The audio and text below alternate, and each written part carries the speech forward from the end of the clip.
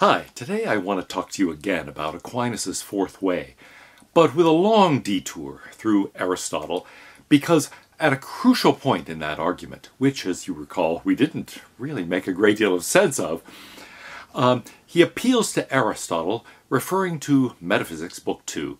I think if you look at that passage in Aristotle, you realize you may have a key, not only to understanding the thinking behind the fourth way, but also the thinking behind many of the five ways. In fact, from one point of view, the five ways really looks like a sort of a summary presentation of what Aristotle does in Metaphysics 2, with the additional claim that the final cause that Aristotle is pointing to, in every case, is God.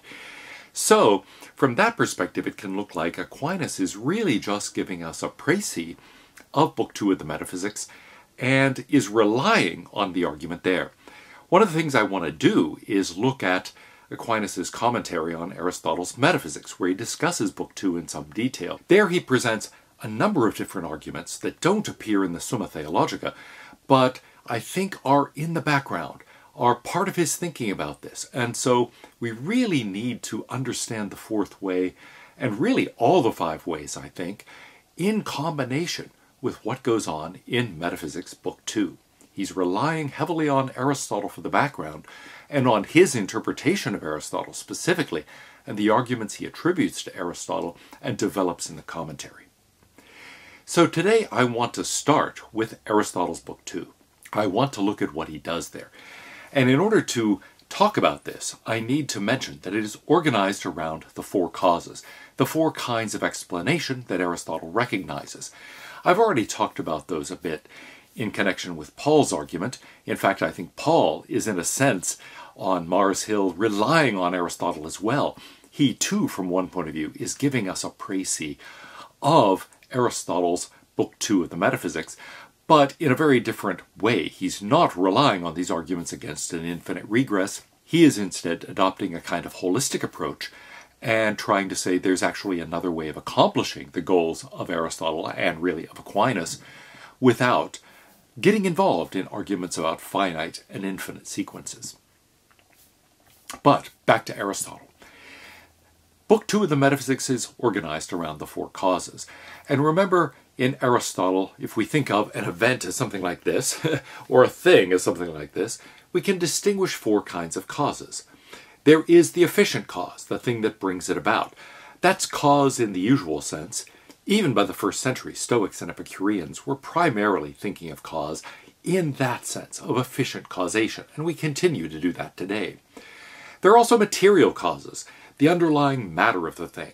So, for example, if the object is a sculpture, then the efficient cause of the sculpture is the sculptor. The material cause is the stone, the bronze, the marble, whatever it is that is being sculpted into that work of art. The formal cause is something like the design, the plan, the structure of the thing, or in a more Platonic sense anyway, the form of the thing. And so that's what's in the sculptor's mind, setting out to create the sculpture. Then the final cause is something like the purpose, the goal, the end for which it is done. The object is often, maybe not always, but frequently, a means toward an end. And so the end is the final cause. I'm doing it for this reason, for this purpose, in order to achieve such and such. Well, Aristotle structures his arguments in that way and gives us more or less the same argument with respect to every sense of causation. So what he's doing in Book 2 is starting with some assumptions about the nature of causation in each of these senses, and then arguing that there cannot be an infinite regress of causes in that sense. This is what underlies a number of the different arguments in Aquinas. In fact, we might formulate the hypothesis that Aquinas' five ways are simply shortened versions, brief summaries of the arguments that Aristotle gives in Metaphysics 2. I think that summary, that hypothesis, works well for the first and second ways, for at least one aspect of the third way, and as I'll argue now for the fourth way. It does not seem to me to work for the fifth way, and I'll mention at the end of this video a brief reason why I think that doesn't work. And so we have to take the design argument, the fifth way, as doing something different, not simply relying on Aristotle the way the others seem to. Let's take a look at what Aristotle says in Book 2.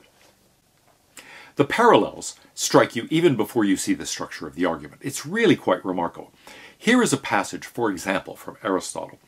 For in the case of intermediates, which have a last term and a term prior to them, the prior must be the cause of the later terms.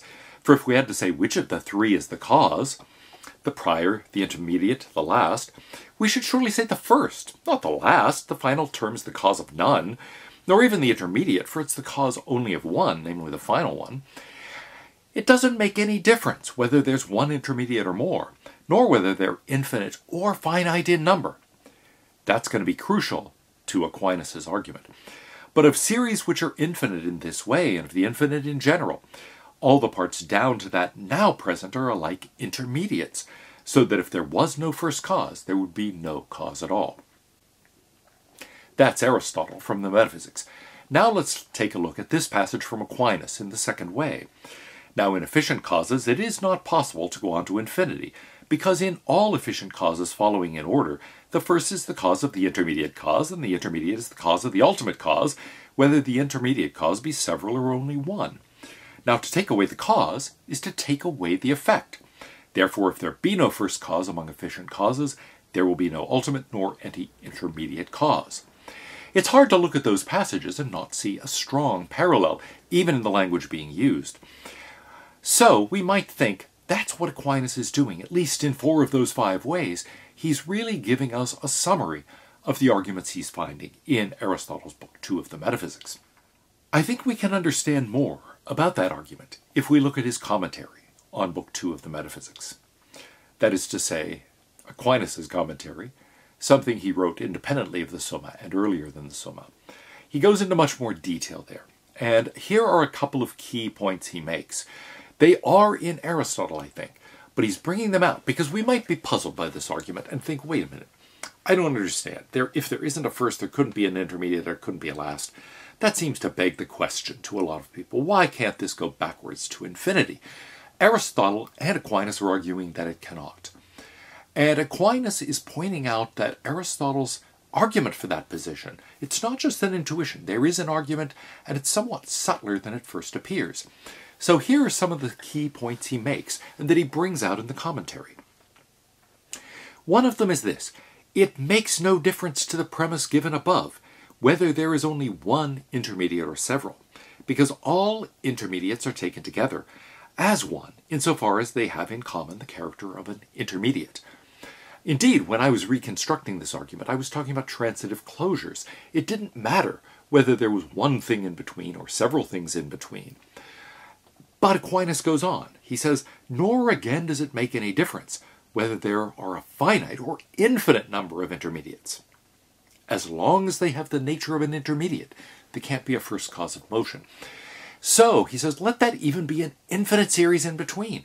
Still, it's going to turn out that it doesn't make any difference. It's going to be in the same position. Now, this is part of his reasoning, then, for why, if we don't have a first cause, we're in big trouble and nothing can happen at all. He says there must be a first cause of motion prior to every secondary cause. So look just at a pair of cause and effect. Take away the cause, you take away the effect. He says there's got to be a first cause prior to every intermediate cause, which isn't an intermediate in any sense, as though it had a cause prior to itself. But if we were to hold that there's an infinite series of moving causes in the above way, then all causes would be intermediate ones. He's making a point here that if we look at any finite subsequence of an infinite sequence, we can distinguish the first in that causal sequence from the intermediates from the last. And the first is the true cause. Without it, the rest doesn't happen. Well, he says, the same reasoning should apply even if these are separated by an infinite distance. If you don't have the first, you don't have any subsequent one either. So now take the entire infinite sequence. He's saying without a first, and by definition there isn't one since we're assuming it to be infinite in that backward direction, it's going to turn out there can't be any intermediate, can't be a last. One might object that what's true of the finite subsequences doesn't hold anymore when we think about an infinite gap. that would require us to deny that idea that it doesn't make any difference whether the intermediates are finite or infinite. But in any case, there is an interesting argument here that if we assume there is no difference between the finite and infinite case in terms of intermediates, then in the case of an infinite sequence, everything is an intermediary. He says, moreover, it doesn't help to draw distinctions. Usually, when we think about a finite subsequence, we can think of some causes as more fundamental, as deeper, as going back further. And so we can think of this causing that, causing that, causing that. And when we do that, we're thinking this one is really what gets the ball going, then this causes the next thing, and so on. There's a sense in which this is closer. The further back we go, the closer we get to the ultimate cause. But none of that makes any sense in an infinite sequence. There is nothing closer to the beginning, in a sense, in an infinite sequence, because there is no beginning. And so you're always infinitely far away from that start. Now that, I think, is an interesting thought, and maybe underlies the intuition that there is something bizarre about the idea that the universe could be infinitely old, for example, or that it might have taken infinitely many steps, separate steps to get here. Because we could say, wait, I don't understand. No matter how far back you go, you're still infinitely far away from anywhere to start. In other words, it's not just that presently we have stardate infinity. We've always had stardate infinity. And it's just hard to wrap one's mind around what that would be like. What do you mean? The date has always been, infinitely far from the beginning of the universe. There was no beginning of the universe. And so his claim is, look, as long as you think that that intermediate status is dependent, well, if in an infinite series, everything is intermediate. Everything is dependent, but dependent on what? There's nothing for it to be dependent on. So the argument is that doesn't work. Well, that argument may succeed or it may not succeed, but that's the argument underlying the pattern that he then finds with respect to each of the four causes. Let's start with efficient causation, or motion and the sources of motion. These are, in other words, the points behind Aquinas' first and second ways. So let's see what Aristotle in Book 2 of the Metaphysics has to say about them. Evidently, there is a first principle, and the causes of things are neither an infinite series, nor infinitely various in kind. For neither can one thing proceed from another as from matter ad infinitum, for example, flesh from earth, earth from air, etc., nor can the sources of movement form an endless series. Well, that is the key idea behind the first and second ways. We can apply that argument against an infinite series in favor of a first cause to efficient causation. There must have been a first cause, a first efficient cause, a first source of motion, that is to say a prime mover. There must have been a first cause that got things started, that is to say a creator. There's got to be something at the start of the series. He applies the same reasoning to material causes. We can do that ontologically. There must be something that serves as something like an atom, a basic substance in terms of which other substances are constituted. But we can also do that in a different sense, looking at what is ultimate. And I think that's roughly the structure of at least part of the third way. We're saying, how could everything be contingent? We can't figure out how that could be possible. And even if there are some things that are necessary but not ultimate, they must depend on other necessary things that depend on other necessary things that can't go on to infinity. There must be a rock bottom necessity, something that is an ultimate, most fundamental necessary being. The same thing happens in Aristotle with respect to final cause, and this is most familiar from the very opening sentence of the Nicomachean Ethics. But let's see how he puts it in Book 2 of the Metaphysics. The final causes cannot go on ad infinitum, walking being for the sake of health, this for the sake of happiness, happiness for the sake of something else, and so on, one thing always for the sake of another. Further, the final cause is an end, and that sort of end which is not for the sake of something else, but for whose sake everything else is. So that if there is to be a last term of this sort, the process will not be infinite. But if there's no such term, there will be no final cause. But those who maintain the infinite series eliminate the good without knowing it. Nor would there be any reason in the world. The reasonable man always acts for a purpose. And this is a limit. The end is a limit. So here he is implying that indeed every art, every action, every inquiry is aimed at some good. There is some final end, something done always for its own sake and never for the sake of something else. The process at some point terminates. Finally, we can say the same thing about formal causes. Aristotle says the case of essence is similar. In the case of intermediates, which have a last term and a term prior to them, the prior must be the cause of the later terms. And so he's thinking about definitions. Define human being as rational animal, for example. Well then, what it is to be a human being depends on what it is to be rational and what it is to be an animal. Maybe we can characterize those independently in terms of further terms and so on. That process of definition can't go on forever, or we'll never know what we're talking about. We must be able to get it in most ultimate terms, down, he says, to the unanalyzable terms, out of which everything else is constructed. The logical atoms, if you want to think of it that way. That must be possible, and that's really the most fundamental characterization. That's the characterization that really, in the truest sense, gives us the essence of the thing. I think that's the basic idea underlying what Aquinas does in the fourth way. Well, all of those are important ways of thinking about causation, explanation, and the need to say there is some ultimate explanation, beyond which one cannot go further, where one strikes something that no longer really could be explained. And for Aquinas, what could that be?